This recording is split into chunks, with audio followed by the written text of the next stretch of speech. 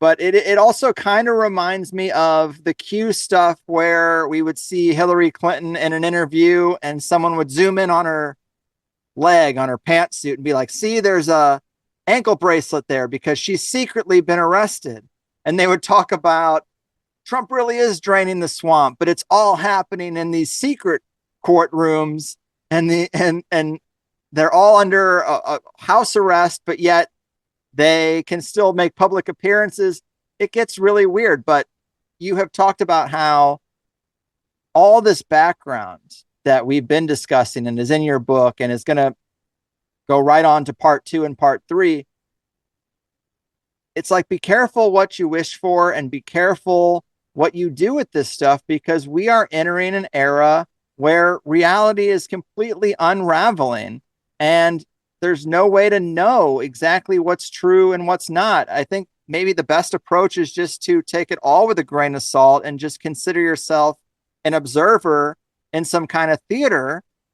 Like, not that mass shooters don't really kill people, but I know people now who are afraid to go to any concert, afraid to go to a movie theater, won't go to any festival or beer garden because they're really thinking that behind every large crowd is a guy with an AK. And I just think that's so sad as a way to live. So you're just done. You're just going to live online now. COVID got you in that mindset that I can just have all my friendships online. Shooters have now scared you out of public appearances, even though the law of averages should tell you that you're probably going to be okay going to the beer fest. But it's just a weird reality now. I guess talk to us a little bit about how all this stuff, where it's brought us to, and how you would navigate reality at this stage and even going forward a couple of decades.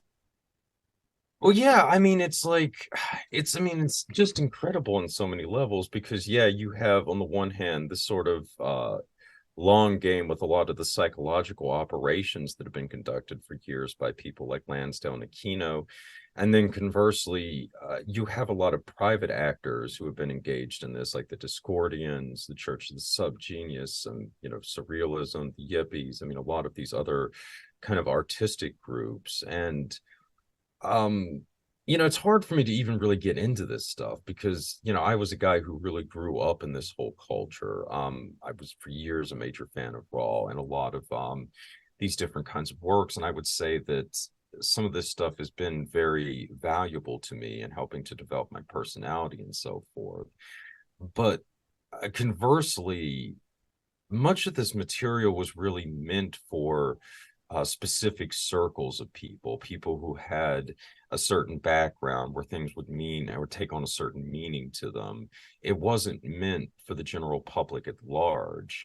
And to me, this is what is really terrifying about what we're going through right now, because those of us, I mean, who have been studying a lot of this stuff for years now, there's a certain window of opportunity in this. But for a lot of people, I think it's just going to be extremely devastating, especially when you get into, just stuff that could potentially happen with like the UFO narrative, for, example. Um, I mean, the sort of belief was for years, well, the president can't come out and say that extraterrestrials are real because that would destroy all religions on the planet and lead to the breakdown of social order. Maybe that was true 70 years ago, not so much in 2023. I really don't think that people would bat an eye if they told them that extraterrestrials were real now. But if you go out and tell them that there's actually these interdimensional entities that exist outside of time and space and they're around us and interacting with us constantly at all times of day and we can never get away from them, well, that might really shatter things. And but especially if you're somebody coming here from like a normie belief, actually people like you and I would be like, yeah, yeah, we've been kind of dealing Told with you that now. so. Yeah, I mean, that's exactly what I'm saying. So it's just a very, I mean, I think that really the best thing that you can try to do is essentially what Gordon White has been suggesting. You just have to try to find your tribe in these uncertain times. And this has been, I think, the major blessing of the internet and how it has changed human interaction. Um, because it has really, I think, enabled us to have uh, relationships on an intellectual and spiritual level that were maybe not always entirely possible in earlier eras. And what I mean by that is like, going back to, let's just say, like the 1600s or something like that. Most everybody lived or died within 15 miles of where they were born. So if we grew up together, we all had really similar cultural staples that we could draw upon and unite us as a culture. But then gradually, as we became more mobile and so forth, now everybody's going around. We have access to all this different information. We're all becoming much more unique and distinct. And to some extent, that really destroyed traditional communities.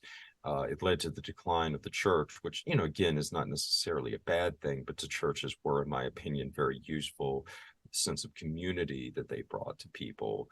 So in a lot of ways, we became so intellectually diverse that the traditional communities have broken down that sense. I mean, even if you're still blessed enough to live in, say, like a suburb or what have you, how much do you interact with your neighbor now?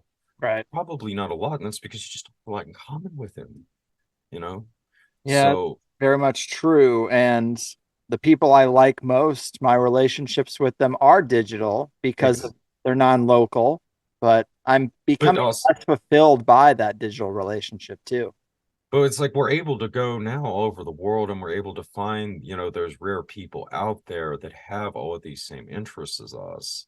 And, I think that that has been really an extraordinary aspect of the technology that's overlooked because it really has, as I said before, given us the possibility of having these amazing intellectual and spiritual relationships with people in a lot of diverse ways.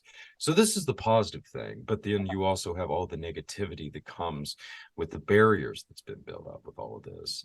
And I think that this is something that people like Gordon and Miguel Connor and Chris Knowles are trying to do with like the agnostic byte stuff and what I'm trying to do. And basically it's to try and take this stuff out of the internet and bring it back into the real world because now we can find all of these like awesome people everywhere. So I think for the next stage we've got to start rebuilding communities to make it through the troubling times that we're going to be facing here going forward. Yeah. And, I think that that's been really, I mean, maybe it was not necessarily planned, but it seems like this is something that a lot of people I've been working with in recent years have just really been pushing forward. And I think this is where stuff like the cons, the get meet togethers, and all this other kind of stuff is really laying the foundation for something to come forward. And getting back to what I was sort of saying at the, when we started the chat here with the different eras, going from the Industrial Revolution into the information revolution or whatever you want to call it, we've got to develop new ways of living. We've got to develop new social structures, new political structures. And I think that what we're kind of seeing with this, this whole process of networking is maybe the onset of this. We don't know where it's going to go, but I think that, for us going forward, and really, I think for humanity, this is where we have to go to. We have to be able to establish communities of people, not just online, but in the physical world, where we can unite together and try to work towards something positive as a lot of the old social structures wither and die around us. And it's a tall order, to put it mildly, but we've got grit, right, Greg? Yes, yes. Cheers to all that. I fully agree.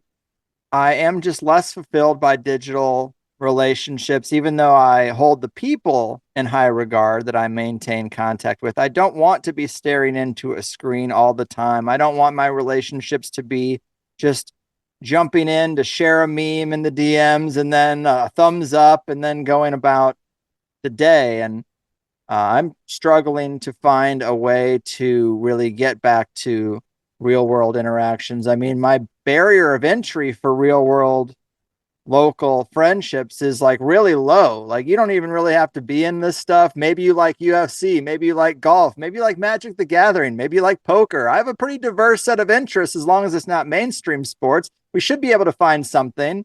And I just want to have real world fun. I mean, my own show, obviously podcasts are a isolating experience. You listen alone in your headphones, and there's not really a comment section like YouTube. I built a platform, I mean, much like No Agenda, a meetup calendar where any listener can go make a meetup and find locals that are near them.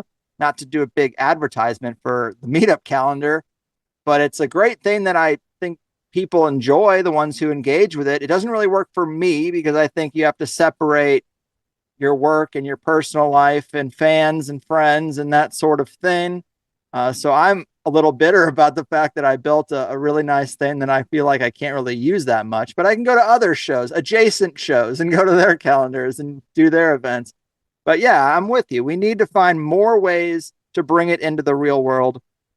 I think COVID taught a lot of people that, and these thoughts about supply chain issues and Yeah. local organic foods, and then just not necessarily prepper community, but you want to have some people in your Rolodex who aren't going to freak out the next time something gets rolled out at us. People who are good with deconstructing narratives and events, and you can find them through those meetup calendars, through uh, I guess other cons, like you say, like other major events that some podcasters put on. When they're international, they're a little difficult because they've got the clamp down there. But yeah, That's there's a kind of path forward for sure.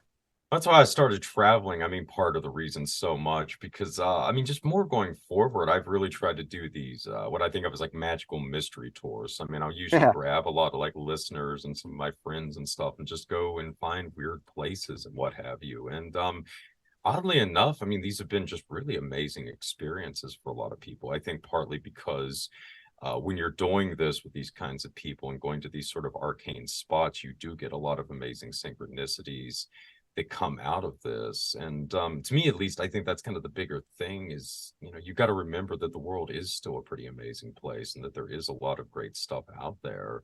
yes, I think that's kind of the other thing too that's been sort of the downside to technology. It has made people rather agoraphobic in a lot of senses. It just yeah, seems like now it's more of a hurdle to get people out of the apartment or whatever and back into the real world. But yeah, that has to be the step going forward is we have to figure out a way to start bringing this back into the physical. I mean, all the great stuff that we've been doing online. So yeah, that will be, I think, really the major challenge. And incidentally, you know, it's kind of unfolding at the same time when the current archons are trying to clamp down on our freedom of mobility and so forth.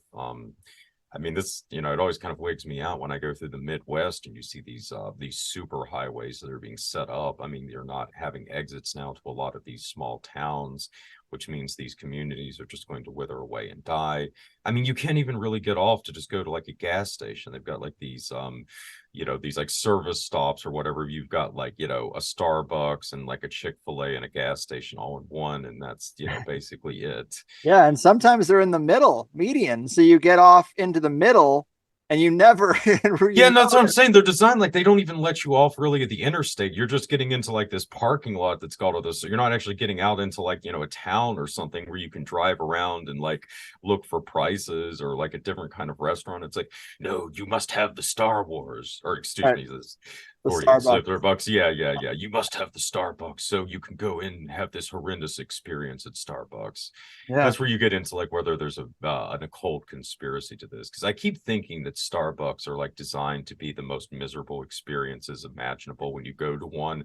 So now it's like you want that cup of coffee when you're on the interstate, you're going to go through the Starbucks experience. You are going to suffer at the siren's expense just to get the coffee. yes, the siren pulls you in. Man, yeah, I agree. And we just need to be more creative. Like that's the thing. Again, if you're talking about a struggle with archons, their whole thing is they can't really be creative. They can manipulate things like Lego blocks, but they're jealous of human creativity to an extent. So we have we have the ability to use our tools to try to navigate around some of that. The Gramerica guys do a good job of hosting events, and they even went to Egypt and took their listeners there. So there are opportunities. I guess I should just be better about it.